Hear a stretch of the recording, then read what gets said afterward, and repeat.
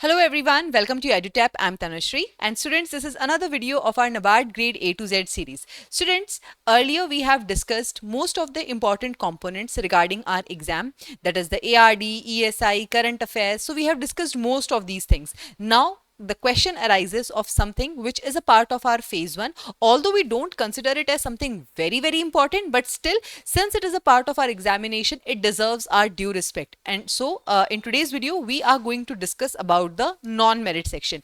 Now students, those of you who have already started preparing for this exam, who have given some time to this particular preparation, who have already given 1 or 2 attempts, then I would suggest you that please don't watch this video, because there is nothing new. This video is particularly for those students who are new to this preparation, who have not started their preparation, or even if they have started their preparation, they have devoted very less time. ठीक है, जिन्होंने अभी अभी इस preparation को start किया है, ज़्यादा टाइम नहीं हुआ है, या जो स्टार्ट करने के बारे में सोच रहे हैं, ये वीडियो उन लोगों के लिए ज़्यादा इंपॉर्टेंट है. अगर आप ऑलरेडी अपनी तैयारी शुरू कर चुके हैं, चीज़ें आपने पढ़ ली हैं, तो यहाँ पर आपको टाइम वेस्ट नहीं करना चाहिए. आई वुड रादर सजेस्ट कि आप जाके अपना कुछ और देख लो, कोई और पढ़ाई कर लो. That would be more beneficial. ठीक है, तो चलिए हम स्टार्ट करते हैं इस वीडियो को. और स्टूडेंट्स, इस पूरी सीरीज में अभी तक हम बहुत सी चीज़ों को कवर कर चुके हैं. Eligibility, pattern, vacancies, ESI, ARD, general awareness. तो अगर आपको इनमें से किसी भी और सब्जेक्ट के ऊपर कोई भी इंफॉर्मेशन चाहिए हो, पूरी डिटेल्ड इंफॉर्मेशन, तो आप इस प्लेलिस्ट को जाकर के देख सकते हैं. इसका जो लिंक है वो नीचे डिस्क्रिप्शन बॉक्स में गिवन है, वहां से आप इस पूरी सीरीज को देख सकते हैं. ठीक है, तो आज इस सीरीज में हम पहुंच गए हैं लेटर एन के ऊपर. ए से बात शुरू हुई थी, जेड तक जाएगी, तो आज हम पहुंच गए लेटर एन पर और हम डिस्कस करेंगे non merit section. But students, हम इस डिस्कशन को स्टार्ट करें उससे पहले आपके दिमाग में डेफिनेटली एक सवाल आ रहा होगा कि मैम इस पर्टिकुलर वीडियो को हम क्यों देखें, ऐसी तो बहुत सारी वीडियोज अवेलेबल है. तो स्टूडेंट्स, इस पर्टिकुलर वीडियो के अंदर हम नॉन मेरिट सेक्शन की पूरी स्ट्रैटेजी के बारे में जानेंगे, और ये स्ट्रैटेजी जो है वो एक अपडेटेड स्ट्रैटेजी है. ठीक है, 2024 के पेपर में हमने क्या चीज़ें देखी, या आज तक हम जो पैटर्न हमारे नॉन मेरिट सेक्शन में देखते हुए आ रहे हैं, उस बात को ध्यान में रखते हुए पूरी अपडेटेड स्ट्रैटेजी के साथ ये वीडियो यहाँ बनाई गई है, जिसके अंदर हम सारी इंपॉर्टेंट चीज़ें जो हैं उन्हें डिस्कस करेंगे. नाउ स्टूडेंट्स, एक पेपर की स्ट्रैटेजी के अलावा आपको ऐसी और भी बहुत सारी इंफॉर्मेशन हो सकती है जिसकी रिक्वायरमेंट हो, जैसे कि नबार्ड ग्रेड ऑर्गेनाइजेशन के बारे में, और नबार्ड ऑर्गेनाइजेशन के बारे में, नबार्ड ग्रेड एग्जाम के बारे में. तो ये सारी इंफॉर्मेशन जो है, ऑल्दो हम हमारी A to Z सीरीज में भी डिस्कस करेंगे, बट अगर आप उसे एक रीड करने वाले फॉर्मेट में देखना चाहते हो, या वीडियो देखने के बाद थोड़े समय बाद आपको लगे कि नहीं, मुझे उस इंफॉर्मेशन को वापस से गो थ्रू करना है, तो आप इस पर्टिकुलर गाइड बुक को रेफर कर सकते हो. ये हमने आपके लिए ही बनाई है. इसमें आपको नबार्ड और नबार्ड ग्रेड ए जो एग्जाम है उसके रिगार्डिंग सारी इंफॉर्मेशन आपको इस गाइड बुक में मिल जाएगी, और इसका जो डिस्क्रिप्शन बॉक्स है, सॉरी, इसका जो डाउनलोड लिंक है वो नीचे डिस्क्रिप्शन बॉक्स में गिवन है, तो वहां से आप इसको फ्री ऑफ कॉस्ट डाउनलोड भी कर सकते हो. On that note, let us start our today's video. तो स्टूडेंट्स, ये जो वीडियो है ये मैंने बनाई है एक नबार्ड ग्रेड ए एस्पिरेंट को ध्यान में रखते हुए, कि एक एस्पिरेंट के दिमाग में क्या सवाल हो सकते हैं. तो मैं अपनी तरफ से पूरी कोशिश करूंगी आपके हर एक सवाल का जवाब देने के लिए, बट अगर फिर भी कोई सवाल ऐसा रह जाता है जिसका जवाब मैंने ना दिया हो इस पर्टिकुलर वीडियो में, तो प्लीज आप नीचे कमेंट सेक्शन में लिखिए. I will be more than happy to answer that question. ठीक है, तो चलिए, सबसे पहली बात तो ये आती है कि आखिर ये नॉन मेरिट सेक्शन होता क्या है और ये क्यों जरूरी है हमारे लिए. देखिए स्टूडेंट्स, जो हमारा फेज 1 होता है, तो फेज 1 के अंदर 200 मार्क्स का हमारा पेपर होता है, और 200 क्वेश्चंस हमें यहाँ देखने को मिलते हैं. इन 200 क्वेश्चंस में से 100 क्वेश्चंस जो होते हैं वो मेरिट सेक्शन का पार्ट होते हैं, और 100 क्वेश्चंस जो होते हैं वो नॉन मेरिट सेक्शन का पार्ट होते हैं. ठीक है, अब आप पूछोगे ये मेरिट और नॉन मेरिट की क्या कहानी है. देखिए, ऑल्दो पेपर हमारा 200 मार्क्स का होता है और 200 क्वेश्चंस यहाँ आते हैं, लेकिन जो हमारी फेज 1 की कट ऑफ डिसाइड होती है वो डिसाइड होती है 100 मार्क्स में से. और ये 100 मार्क्स कहाँ से आते हैं? ये 100 मार्क्स आते हैं इसी हमारे मेरिट सेक्शन से. ठीक है, मेरिट सेक्शन में आता है GA, ESI एंड ARD. इन्हीं 3 के सब्जेक्ट्स के जो मार्क्स हैं वो हमारी फेज 1 की कट ऑफ को डिसाइड करते हैं. ठीक है, तो क्या जो बाकी के सब्जेक्ट्स है वो इंपॉर्टेंट नहीं है, वो सिर्फ ऐसे ही उन्होंने डाल दिए? नहीं, ऐसा नहीं है. बाकी के जो ये 5 सब्जेक्ट्स हैं ये हमारे नॉन मेरिट सेक्शन है, और यहाँ पर आपको सेक्शनल कट ऑफ क्लियर करनी होती है. ठीक है, तो जी हाँ, यहाँ पर सेक्शनल कट ऑफ होती है, हर एक सेक्शन के लिए होती है, पूरे 8 एरियाज के लिए होती है। लेकिन जो मेरिट सेक्शन होता है वहां पे आपको सेक्शनल कट ऑफ और ओवरऑल कट ऑफ दोनों ही चीजें क्लियर करनी होती हैं। लेकिन जो हमारा नॉन मेरिट सेक्शन होता है वहां पर आपको केवल सेक्शनल कट ऑफ जो है वो क्लियर करनी होती है, ठीक है। अब यहाँ पर आप दूसरी चीज पूछोगे कि क्या यहाँ पे सेक्शनल कट ऑफ की तरह सेक्शनल टाइमिंग्स भी होती हैं, तो जी नहीं, यहाँ पर कोई सेक्शनल टाइमिंग्स नहीं होती, आपको कॉम्पोजिट 2 आवर्स का टाइम मिलेगा। अब आपकी श्रद्धा है कि आप किस कॉम्पोनेंट के ऊपर कितना टाइम लगाना चाहते हैं। कॉम्पोजिट टाइम होता है, सेक्शनल टाइमिंग जैसी कोई यहां पर चीज नहीं होती है, ठीक है। तो आई होप आपको यहां पर ये समझ आ गया होगा कि जो हमारा नॉन मेरिट सेक्शन है वो कहां पर पूछा जाता है या वो क्या होता है, ठीक है। अब यहां पर आपके दिमाग में एक चीज डेफिनेटली आ रही होगी, क्योंकि हम ह्यूमन बींग्स की टेंडेंसी यही होती है कि मैम सेक्शनल कट ऑफ ही तो क्लियर करनी है, ये कितनी ही बड़ी बात होगी, ठीक है। तो स्टूडेंट्स, इसका जो एग्जाम्पल है या ये कितनी ही बड़ी बात है, ये मैं आपको एक एग्जाम्पल के थ्रू समझाना चाहूंगी। इस साल 2024 के अंदर हमारे एक टॉपर रहे हैं, ठीक है, उनकी वीडियो हमारे यूट्यूब चैनल पे भी अवेलेबल है। तो अपने फर्स्ट अटेम्प्ट में नबार्ड में जो उनका फर्स्ट अटेम्प्ट था उसमें वो इंटरव्यू फेज तक पहुंच गए थे, ठीक है। लेकिन जो उनका सेकंड अटेम्प्ट था उसके अंदर वो फेज 1 क्लियर नहीं कर पाए थे। फेज 1 क्लियर ना कर पाने का कारण था कंप्यूटर नॉलेज की सेक्शनल कट ऑफ। वो कंप्यूटर नॉलेज की सेक्शनल कट ऑफ नहीं क्लियर कर पाए और इस वजह से उनका सेकंड अटेम्प्ट के अंदर फेज 1 जो है वो भी क्लियर नहीं हुआ था और थर्ड अटेम्प्ट में फाइनली उनका सिलेक्शन अब हो गया है, ठीक है। तो इस चीज से हमें पता चलता है कि ऑल्दो चाहे आप कितने भी क्वालिफाइड हो, आप इंटरव्यू स्टेज तक भी अगर पहुंच गए हो, लेकिन अगर आपने इस सेक्शन को लाइटली लिया तो ये एक रीजन हो सकता है कि आपका पूरा का पूरा एक साल बर्बाद हो जाए। तो ऑल्दो ये हमें देखने में बहुत ही छोटी सी चीज लगती है, बट ये ऐसी चीज नहीं है जिसको हम रिस्क कर सकें। आपने सारा ध्यान अगर अपना मेरिट सेक्शन पे लगाया और नॉन मेरिट सेक्शन को कंप्लीटली इग्नोर कर दिया तो इसकी कीमत आपको अपने पूरा एक साल देके चुकानी पड़ सकती है, ठीक है। मैं आपके मन में कोई डर नहीं पैदा करना चाहती अननेसेसरी कि बहुत हवा हो गया नॉन मेरिट सेक्शन का, नहीं, ऐसा नहीं है। जितनी ड्यू इंपॉर्टेंस है ऑफकोर्स हमें उतनी ही देनी है, बहुत ज्यादा भी नहीं और बहुत कम भी नहीं, ठीक है। लेकिन बहुत से स्टूडेंट्स इस चीज को बहुत लाइटली लेते हैं और इसलिए मुझे ये इंपॉर्टेंट लगा कि मैं आपको बताऊं कि प्लीज इस सेक्शन को लाइटली मत लीजिएगा, इग्नोर मत कीजिएगा, अदरवाइज आपको कॉस्ट यहां पर काफी ज्यादा पे करनी पड़ेगी, ठीक है। अब सवाल ये पूछा जाता है कि मैम हम नॉन मेरिट सेक्शन को कितना डीपली पढ़ें, ठीक है। क्योंकि अगर हम बात करते हैं क्वांट, रीजनिंग, इंग्लिश, तो यहाँ पर इन तीनों सब्जेक्ट्स को लेकर के साथ में कंप्यूटर नॉलेज और डिसीजन मेकिंग को लेकर भी स्टूडेंट्स के दिमाग में आता है कि मैम हमें कितना डीपली जाके इन सब्जेक्ट्स को पढ़ना है, ठीक है। क्या हमें यहाँ पे एसएससी की तरह ट्रिग्नोमेट्री भी पढ़नी पड़ेगी, ज्योमेट्री भी पढ़नी पड़ेगी, कितना डीपली हम जाके इस चीज को पढ़ें या किस तरीके से हमें तैयारी करनी चाहिए। देखिए स्टूडेंट्स, आप नॉन मेरिट सेक्शन की तैयारी शुरू करें ना, उससे पहले आपके लिए सबसे इंपॉर्टेंट जो चीज है वो आप जान लें कि वेयर डू यू स्टैंड, ठीक है। इस वक्त आप कहां खड़े होते हो। अगर आप एक ऐसे एस्पिरेंट हो जिसने एमबीए का एंट्रेंस दिया हुआ है, जिसने बैंक पीओ दिया हुआ है, जिसने एएफओ दिया हुआ है, जिसने यूपीएससी दिया हुआ है और उसमें सीसेट की तैयारी करी हुई है, जिसने एसएससी का जो एग्जाम है वो क्लियर किया हुआ है, ठीक है। तो आपने अगर ऐसा कोई भी एग्जाम जो है वो दे रखा है जहां पर आप ऑलरेडी क्वांट, रीजनिंग, इंग्लिश इनको पढ़ चुके हो, ठीक है, तो मैं आपसे कहूंगी कि यहां पर instead of starting your preparation right away, ठीक है, सीधा अपनी प्रिपरेशन स्टार्ट करने से ज्यादा अच्छा है कि आप पहले एक मॉक टेस्ट लगा के देखें, ठीक है। एक फुल लेंथ मॉक टेस्ट लगा के देख लें या सेक्शनल मॉक टेस्ट लगा के देख लें। अगर मॉक टेस्ट भी नहीं लगाना तो प्रीवियस ईयर क्वेश्चन एक दे के देखें और आप ये टेस्ट कीजिए कि आपकी सेक्शनल कट ऑफ क्लियर हो रही है या नहीं क्लियर हो रही है।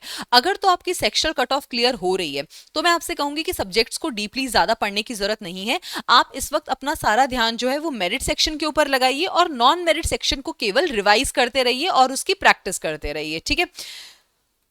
लेकिन हर एक सब चीज को बहुत ज्यादा डीपली पढ़ने की जरूरत नहीं है। अगर आपने ऐसे किसी भी एग्जाम की तैयारी करी है जहां पे एक ठीक ठाक लेवल का क्वांट, रीजनिंग, इंग्लिश पूछा जाता है, देन ट्रस्ट मी आपकी जो बेसिक्स हैं वो क्लियर है और आपको सेक्शनल कट ऑफ क्लियर करने में हर्डल नहीं होगी।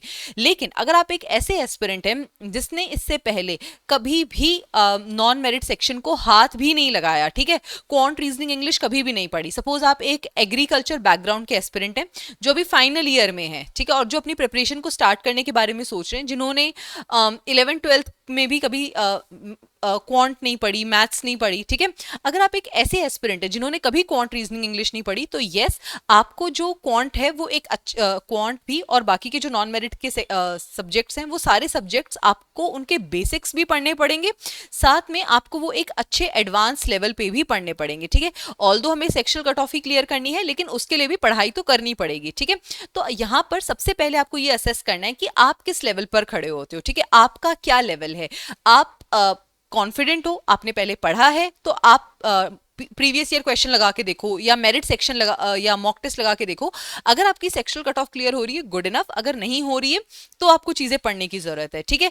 अगर आप एक नॉन मेरिट सेक्शन अगर आप एक ऐसे बैकग्राउंड से हो जहां पर आपने कभी भी नॉन मेरिट सेक्शन नहीं पढ़ा है, तो फिर आपके लिए जरूरी है कि आप बेसिक्स और एडवांस दोनों चीजों को पढ़ो। अब यहाँ पर दूसरा जो एस्पिरेंट्स का दिमाग सवाल आता है वो ये आता है कि ये तो समझ आ गया कि कितना पढ़ना है, ठीक है, किस डेप्थ में जाके पढ़ना है, पर अब ये भी तो बताओ कि पढ़ना कैसे है, ठीक है, क्या क्या चीजें हैं जो हमें ध्यान में रखनी है। देखिए, सबसे पहली चीज जो है वो है नॉन मेरिट सेक्शन का सिलेबस। ये सिलेबस आपको अच्छे से पता होना चाहिए कि क्या क्या चीजें हैं जो आपको कवर करनी है, ठीक है। इस वीडियो के अंदर मैं आपको सिलेबस नहीं बताऊंगी। सिलेबस से रिगार्डिंग एक इसी NABARD grade A to Z series के अंदर मैं डिकोडेड सिलेबस की पूरी वीडियो बना चुकी हूँ, जहां पे मैंने पूरे सिलेबस को बहुत डिटेल में डिकोड किया है, ठीक है, क्योंकि जो हमारा क्वांट, रीजनिंग, इंग्लिश या जो नॉन मेरिट सेक्शन का सिलेबस है वो नोटिफिकेशन में नहीं गिवन होता है। तो प्रीवियस ईयर क्वेश्चंस के बेसिस के ऊपर जो भी हमने पैटर्न देखा है उसके बेसिस पे एक डिकोडेड सिलेबस की वीडियो मैं ऑलरेडी बना चुकी हूँ, ठीक है। ये हो गया डिकोडेड सिलेबस।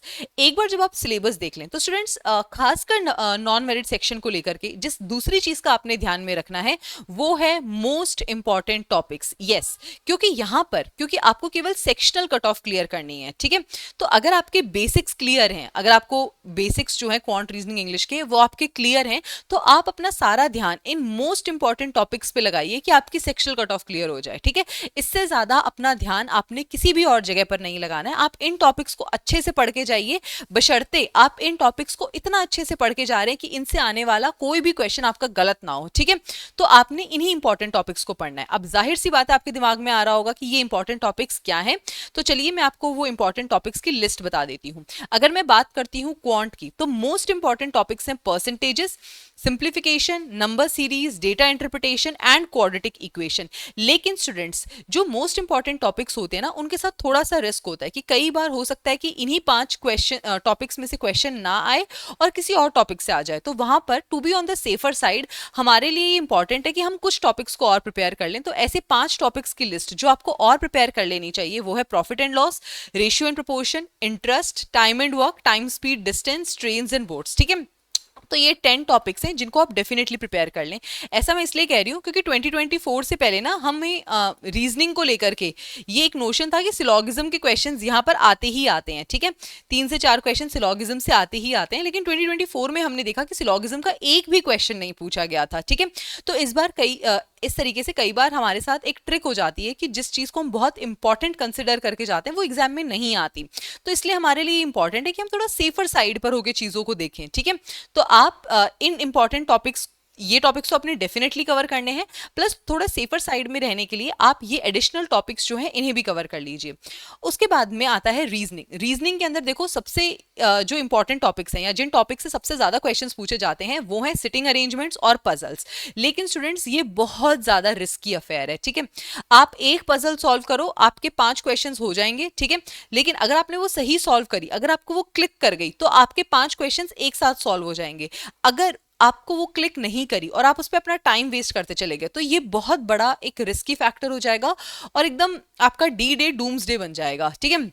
उसके बाद में आता है कि इस सिचुएशन में क्या किया जाए। तो ऑल्दो सबसे इंपॉर्टेंट तो सिटिंग अरेंजमेंट और पजल्स हैं, लेकिन अगर आप इन टॉपिक्स के साथ कंफर्टेबल नहीं हो, यहाँ पर आपको बहुत इश्यू हो रहा है, तो यहाँ पर एक दूसरी लिस्ट मैंने दी है। अगर आप इन टॉपिक्स को प्रिपेयर करके चले जाओगे तो भी आपकी सेक्शनल कट ऑफ हर्डल नहीं होगी। This includes alpha numeric series, coding, decoding, syllogism, ranking in order, blood relation, sitting arrangement, puzzles and machine input output. ये तो मैं दोनों वहां पर भी बता चुकी हूँ।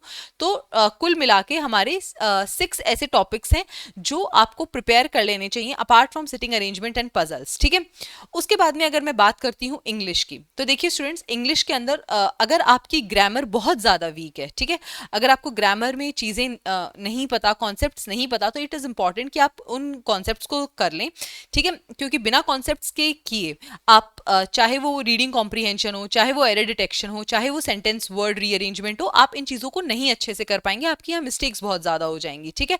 तो पहले आपके ग्रामर के बेसिक्स कंप्लीट होने चाहिए, और अगर आप एक ऐसे एस्पिरेंट हैं जिसके ग्रामर के बेसिक्स अच्छे हैं, तो यहाँ पर लिस्ट ऑफ इंपॉर्टेंट टॉपिक्स है कि reading comprehension, error detection and sentence and word rearrangement. आप इन 3 टॉपिक्स की सबसे ज़्यादा प्रैक्टिस करिए, क्योंकि यही सबसे ज़्यादा इंपॉर्टेंट टॉपिक्स हैं as far as English is concerned. उसके बाद में आती है बात कंप्यूटर नॉलेज की। तो here is the list of important topics as far as computer knowledge is concern. It includes computer awareness, hardware and memory, software and operating systems, MS office, database management system, internet and computer security, history and computer generation and shortcuts. उसके बाद में आती है बात decision making की। तो decision making के अंदर आपको basics of decision making, types of decision making models, decision making approaches, factors affecting decision making and types of problems in decision making, ये सारे टॉपिक्स हैं जो आपने कवर करने हैं as far as decision making is concern, ठीक है। तो स्टूडेंट्स, इसके साथ हमने जो भी हमारे नॉन मेरिट सेक्शन के मोस्ट इंपॉर्टेंट टॉपिक्स थे वो हम देख चुके हैं, जो आपको सिलेबस में से प्रिपेयर करने हैं। उसके बाद में आता है दूसरा सवाल कि मैम इन टॉपिक्स को आखिर पढ़ना कहां से है। तो स्टूडेंट्स, अगेन मैं सोर्सेज यहां नहीं बताऊंगी, इससे पहले मैं एक और वीडियो ऑलरेडी बना चुकी हूं, NABARD grade A to Z series का ही पार्ट है बेस्ट बुक्स, और यहां पर मैंने हर एक जो सोर्स है उसको कवर किया है, हर एक सब्जेक्ट के सोर्स को बताया कि किस बुक से आप कौन से चैप्टर्स रीड कर सकते हैं, कौन से बुक्स हैं जो आपको रेफर करनी है, और उस बुक के किस चैप्टर से आपका कौन सा सिलेबस टॉपिक कवर होगा, हर एक चीज यहाँ पर एक्सप्लेन करी गई है। तो आप इस वीडियो को रेफर कर सकते हैं, ठीक है। चलिए आगे बढ़ते हैं। अब दूसरा क्वेश्चन जो स्टूडेंट्स के दिमाग में होता है वो ये है कि मैम नॉन मेरिट सेक्शन में टारगेट स्कोर क्या होना चाहिए। सबसे पहले तो मैं आपको बता दूं कि टारगेट स्कोर आखिर है क्या। देखिए यहां पर क्योंकि आपने सेक्शनल कट ऑफ क्लियर करनी है, ठीक है, तो अगर वहां पर हमें क्वांट 20 मार्क्स की देखने को मिल रही है, तो ऑफकोर्स आपको 20 में से 20 नहीं स्कोर करने, आप सिर्फ इतनी पढ़ाई कीजिए, इतनी मेहनत कीजिए कि आप सेक्शनल कट ऑफ को हंसते हंसते क्लियर कर लें, ठीक है। This is what we called as smart work, ठीक है। बहुत से बच्चे जो होते हैं वो स्मार्ट वर्क को लेजीनेस समझ लेते हैं कि यार शॉर्टकट से करने वाली मेहनत को स्मार्ट वर्क कहते हैं। नहीं, it is not about shortcuts, it is about to prioritize your things accordingly, ठीक है। नॉन मेरिट सेक्शन हमारी प्रायोरिटी नहीं है, तो यहां पर हमें केवल इतना पढ़ना है कि हमारी जो सेक्शनल कट ऑफ है वो क्लियर हो जाए, और वही हमारा टारगेट स्कोर होगा, वही हमारे टारगेटेड नंबर ऑफ क्वेश्चंस होंगे। तो चलिए अब देख लेते हैं कि आपके टारगेट स्कोर्स क्या होने चाहिए। देखो मेरे अकॉर्डिंग अगर किसी को भी अपना टारगेट स्कोर निकालना है, तो वो अब तक पिछले जो 4 साल हैं 2021 से, जब से हमारा नया पैटर्न आया है, तब से अब तक जितने भी साल हुए हैं, जैसे 4 साल हो गए, तो इन 4 साल के अंदर जो हाईएस्ट कट ऑफ रही है उसमें प्लस माइनस 2-3 मार्क्स कर लो, वो आपका टारगेट स्कोर होना चाहिए। फॉर एग्जाम्पल अगर मैं देखूं रीजनिंग, तो रीजनिंग के अंदर हमारी हाईएस्ट कट ऑफ 3.75 मार्क्स गई है, चलो हमने इसे 4 मान लिया। अब इसमें प्लस माइनस 2-3 मार्क्स अगर हम कर लेते हैं, ठीक है, तो अराउंड 6 to 7 मार्क्स है जो कि आपका रीजनिंग का टारगेट स्कोर होगा। सिमिलरली अगर मैं बात करूं इंग्लिश की, तो इंग्लिश के अंदर हाईएस्ट कट ऑफ जो है वो 12.50, हमने इसे 13 मान लिया। अगर इसमें प्लस माइनस 2-3 मार्क्स करें तो 15 to 16 मार्क्स हैं जो कि आपका टारगेट स्कोर होना चाहिए। सिमिलरली कंप्यूटर नॉलेज की अगर मैं बात करूं, तो यहां पर अगर हम 6 इसको मान लेते हैं, तो यहां पर आपका जो टारगेट स्कोर है वो 8 to 9 मार्क्स होना चाहिए। क्वांटिटेटिव एप्टीट्यूड अगर मैं देखती हूं, तो यहां पे हाईएस्ट कट ऑफ गई है 5 मार्क्स, तो यहां पर आपका टारगेट स्कोर जो है वो 7 to 8 मार्क्स का होना चाहिए। डिसीजन मेकिंग अगर हम देखते हैं, तो हाईएस्ट कट ऑफ गई है 2 मार्क्स, तो यहां पर आपका टारगेट स्कोर जो है वो 4 to 5 मार्क्स का होना चाहिए, ठीक है। तो ये रही बात नॉन मेरिट सेक्शन की, और यहां पर हमने डिस्कस किया कि हर एक कंपोनेंट के अंदर आपके क्या टारगेट स्कोर्स होने चाहिए। इन्हीं टारगेट स्कोर्स के अकॉर्डिंग आपने अपने टारगेटेड क्वेश्चंस भी ध्यान में रखने कि जी मैंने इतने ही क्वेश्चन सॉल्व करके आने हैं, ठीक है। वरना एग्जाम में क्या होता है ना, क्योंकि यहाँ पर सेक्शनल टाइमिंग का तो कोई सीन है नहीं, और कॉम्पोजिट टाइमिंग के केस के अंदर बच्चे बह जाते हैं। वो अपने अगर वो क्वांट में अच्छे हैं या वो रीजनिंग में अच्छे हैं, तो वो यहाँ पे क्वेश्चन सॉल्व करे जाते हैं। स्टूडेंट्स, ये आपका अप्रोच या ये आपका माइंडसेट नहीं होना चाहिए, क्योंकि यहाँ पर आपको अपने आप को एक ही बात बार बार याद दिलानी है कि मात्र सेक्शनल कट ऑफ क्लियर करनी है, बस। तो उतना ही आप एफर्ट लगाइए, उतना ही अपनी टाइम और एनर्जी जो है इस सेक्शन को डिवोट कीजिए, ठीक है। चलिए आगे बढ़ते हैं। अब बात करते हैं कि किस लेवल के क्वेश्चंस हमसे यहाँ पूछे जाते हैं, ठीक है, क्या डिफिकल्टी लेवल होता है क्वेश्चंस का नॉन मेरिट सेक्शन में। तो देखिए स्टूडेंट्स, अगर मैं क्वांट रीजनिंग इंग्लिश की बात करूं, तो अगर आपने पीओ लेवल की तैयारी करी है, या अगर आपने एएफओ की तैयारी करी है, अगर आपने इनके प्रीलिम्स पीओ के अगर प्रीलिम्स की तैयारी करी है, तो इसी प्रिपरेशन के साथ में आप अपने नबार्ड ग्रेड की प्रिपरेशन को भी कर सकते हैं। यहाँ पर जो क्वेश्चंस का लेवल होता है वो होता है इजी टू मॉडरेट, ठीक है। बहुत ज़्यादा डिफिकल्ट क्वेश्चंस यहाँ पर नहीं पूछे जाते हैं, इजी टू मॉडरेट लेवल के ही क्वेश्चंस होते हैं जो हमसे यहाँ पूछे जाते हैं, ठीक है। तो ये लेवल रहता है हमारे क्वेश्चंस का। उसके बाद में सवाल आता है कि चलो सारी बातें हमने समझ ली, अब ये बताओ कि नॉन मेरिट सेक्शन को लेकर के स्ट्रैटेजी क्या होनी चाहिए। तो देखो स्टूडेंट, सबसे पहले हमने बात करी मोस्ट इंपॉर्टेंट टॉपिक्स की, ठीक है। मोस्ट इंपॉर्टेंट टॉपिक से पहले आपको जो काम करना है ना, वो है अपना टारगेट स्कोर और टारगेट नंबर ऑफ क्वेश्चंस को सेट करना, ठीक है। इन दोनों चीजों को आप सेट कर लीजिए कि ये मेरा टारगेट स्कोर है, ये मेरा टारगेटेड नंबर ऑफ क्वेश्चंस है। उसके बाद में मोस्ट इंपॉर्टेंट टॉपिक्स जो हैं उन टॉपिक्स को अच्छे से प्रिपेयर कीजिए, ठीक है। उसके बाद में आपने करनी है खूब सारी प्रैक्टिस, ताकि इन टॉपिक से आने वाला कोई भी क्वेश्चन जो है वो आपका गलत ना हो। और उसके बाद में आपने लगाने हैं बहुत सारे FLTs, ठीक है। आप FLTs लगाइए, आप सेक्शनल टेस्ट लगाइए, आप प्रीवियस ईयर क्वेश्चंस लगाइए, और बस ये चेक करते जाइए कि क्या आप जो सेक्शनल कट ऑफ है उसे इजीली क्लियर कर पा रहे हैं या नहीं कर पा रहे हैं, ठीक है। क्योंकि टाइम कैसे एलोकेट करना है, आप कितने क्वेश्चंस अटेम्प्ट करने चाहिए, आपकी एक्यूरेसी रेट क्या है, ये सारी चीज आपको FLT से ही समझ आएगी। तो ये आपकी अप्रोच रहनी चाहिए as far as your phase one non merit section is concern. So students, I hope this video was helpful. Now students, if you want to have any guidance from our side, ठीक है, on the paid basis, then you can visit our website edutap.in, and here we have dedicated courses for the NABARD grade examination. One of our course is a 11-hour trial course. In this particular course, we provide you an idea of the deliverables that we have provided in our other areas. So you can check out, and it is only for ₹1. So if you want to see what is the quality of the service that we are going to deliver in other courses, then you can have a look at the 11-hour trial course. If you are somebody who is already prepared for the non-merit section and the merit section, then for you we have a test series. For those of you who only want to prepare for the phase 2 and the interview part, that is the merit section of the phase 1 and the phase 2 entirely, then you can go for the silver course. And if you are somebody who's starting their preparation from scratch, so for you we have the the gold course, wherein we provide the mentorship for phase 1, phase 2 and interview. So students, that is what we have for you. I hope this video was helpful and insightful for you. But still, if anything remains unanswered, then please let me know in the comment section below. On this note, I am ending this session here. Thank you so much, and I wish you all the very best.